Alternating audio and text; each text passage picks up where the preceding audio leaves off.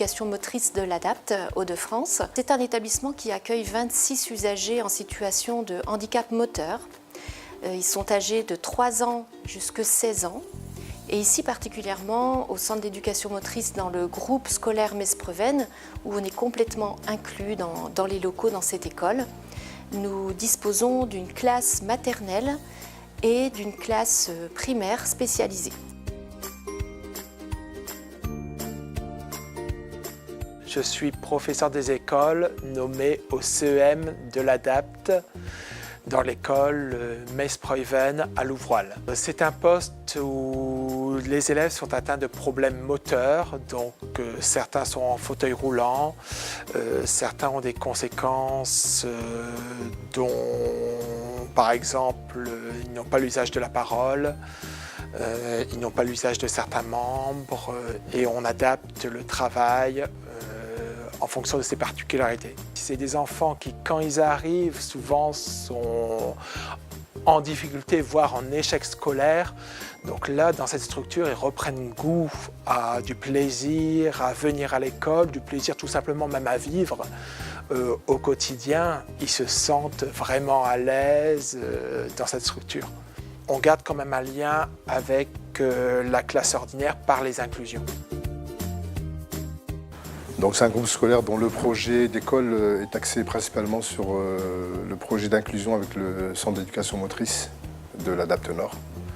Donc un projet qu'on a mis en place il y a quelques années, il y a à peu près 8 ans. L'école de la République, elle accueille tous les élèves. Donc voilà, donc les élèves porteurs de handicap, ils sont des élèves, donc il faut qu'ils soient scolarisés dans des classes dites ordinaires. Ce qui m'a interpellé positivement, c'est de donner la chance à des élèves, qui forcément n'ont pas tous les atouts pour réussir une scolarité, de leur donner un maximum de chances de réussir leur parcours scolaire. Donc c'est même pas une histoire d'égalité, c'est une histoire d'équité. Être équitable, c'est de donner ce qu'il faut donner à chacun.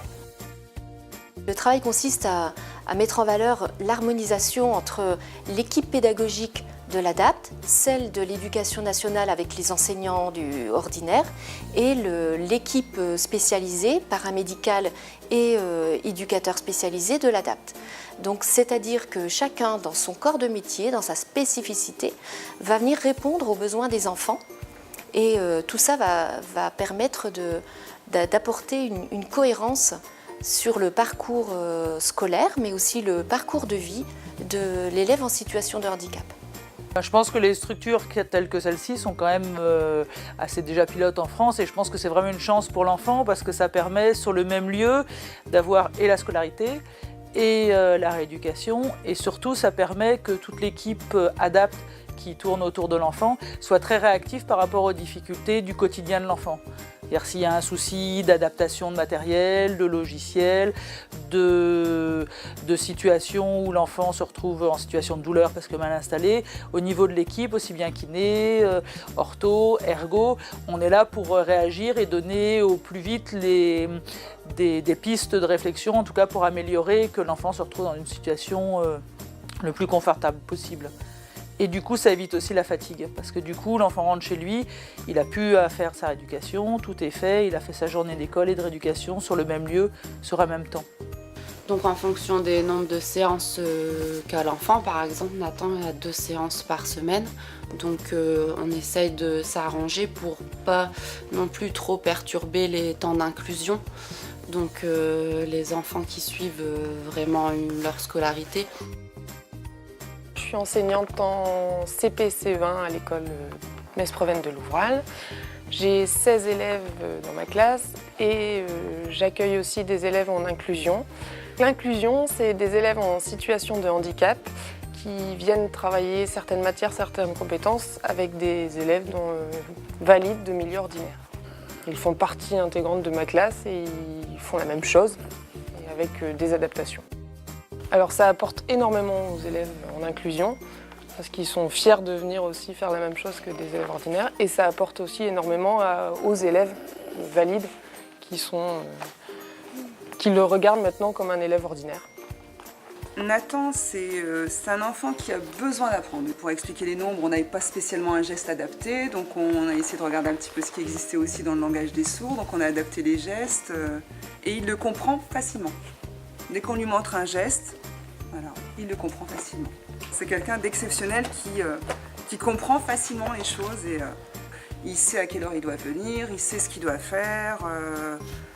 C'est un enfant qui est vachement régulier dans ce qu'il fait, mais Nathan a ses repères, il a besoin d'avoir son repère du côté du CEM et son repère ici en classe. Alors je pourrais dire qu'on est assez satisfait de notre mission au quotidien, puisque les enfants sont très très heureux de venir à l'école tous les matins. Ils ont des copains tout à fait naturellement, hein, avec des enfants ordinaires. Mais il n'y a pas que les enfants, il y a aussi les familles.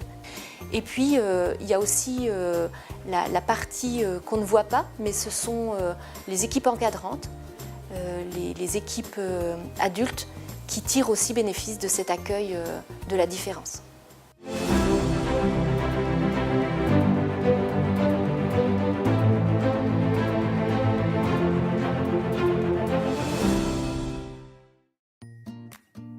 Alors, le centre de soins de suite et de réadaptation de l'ADAPT Cambrai est un établissement qui accueille des jeunes pour un problème de santé qui nécessite des soins de rééducation, réadaptation et éducation thérapeutique.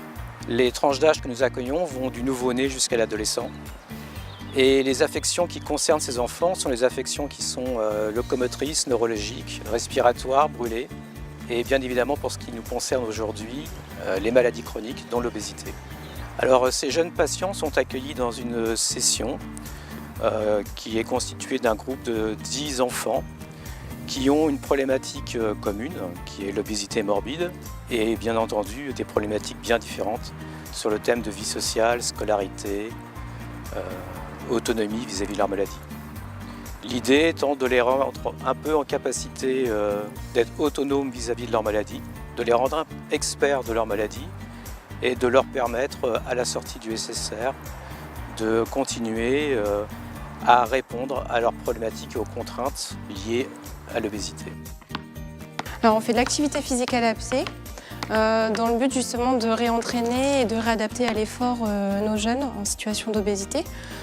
C'est aussi un reconditionnement à l'effort, un travail de la condition physique en général, mais aussi surtout leur redonner goût à l'activité physique. C'est chacun son propre objectif en fait. Et, le but pour nous, c'est déjà de stabiliser le poids, éviter qu'ils reprennent du poids. Je suis venue ici pour réapprendre à manger, à connaître les doses à manger, tout ça, à réapprendre le sport, le monde du sport, me réintégrer là-dedans et reprendre du souffle essentiellement aussi. On a environ 10 heures de cours par semaine, mais en fait c'est adapté parce qu'on n'est que 2 troisièmes et c'est un peu comme si c'était du cours individuel quoi. Et du coup c'est mieux quoi. En fait c'était un peu comme un avertissement, c'était venir ici avant que ce soit trop tard. Parce que sinon après on peut plus faire de sport, on peut plus marcher, on n'a plus de vêtements à part du triple XL. Enfin et moi je voulais pas ça quoi, et du coup je suis allée à l'ADAPT. Les jeunes obèses sont accueillis ici ponctuellement dans un objectif principal, c'est de mise en action pour améliorer leur capacité physique, les maintenir ou les améliorer, capacité respiratoire, donc ça regorge de travaux dans le domaine. Hein. Il suffit de porter une petite brouette, de faire un petit peu de râteau, tout est déjà physique quand on est en espace vert. Ça apporte un bien-être, de se sentir utile, d'être en activité, de faire partie d'un collectif, de reprendre confiance en soi. Voilà, il y a tous ces objectifs secondaires qui entrent en jeu. Ça fait la 10e semaine que je suis ici et oui, je trouve que ça fonctionne. Là, je trouve que ça va beaucoup mieux pour moi. Je suis très contente.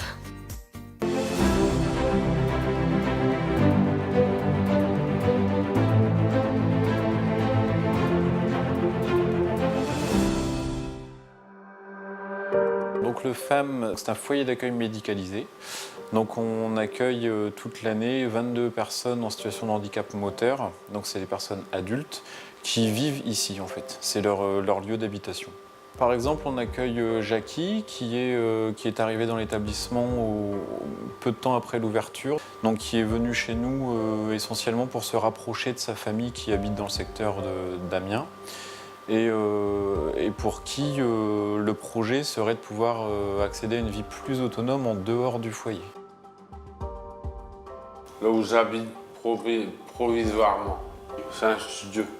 Je fais comme si j'habitais tout seul.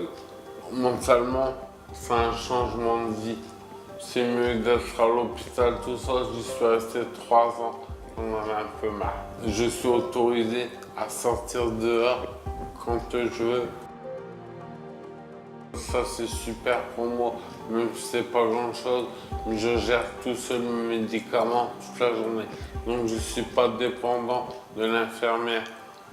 Je me mets une console de jeu pour faire un petit peu de jeu, pour faire travailler la mémoire et tout ça. Mon but, c'est de retravailler, puis d'habiter vraiment tout seul dans l'appartement. Dans le cadre de l'accompagnement, la mission principale, c'est un maintien ou un accès à l'autonomie pour les personnes. Donc que ce soit l'autonomie dans la vie quotidienne ou l'autonomie pour un accès à l'extérieur et pour l'accès à la vie sociale et à la vie citoyenne. Il y en a une équipe pluridisciplinaire donc, qui est composée de personnel médical, paramédical et puis éducatif. Je suis infirmière, donc j'interviens sur tout le côté qui touche au paramédical. Puis bien sûr, après, on a une part entière dans leur vie, puisqu'on partage leur vie en travaillant sur leur lieu de vie à eux. Donc dans le relationnel, l'écoute. Je me dis que c'est vraiment l'occasion de ma vie de prouver que je peux m'en sortir tout seul. Et puis c'est un tremplin aussi, parce que depuis que je suis là, je pourrais peut-être éventuellement retravailler l'année prochaine. Enfin, je me donne à fond. Je dirais pas que je suis à 100% autonome, mais bon, un bon 99.